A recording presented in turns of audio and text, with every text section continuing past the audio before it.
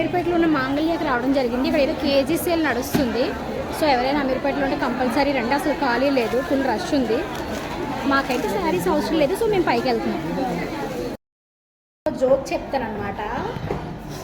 మాంగళ్యలోకి వచ్చి అంత బాగుంది. మాంగళ్యలో కూడా మాకేం నచ్చలేదు. మాకేం నచ్చట్లేదా లేదంటే మా కళ్ళు పోయే మాకేం అర్థం కావట్లేదు. జనాలు చూస్తే చీమల్లాగా ఉన్నారు. మా కళ్ళకి కనపడిన వాళ్ళ కళ్ళకి ఏం కనపడుతుందో మాకు తెలియట్లేదు.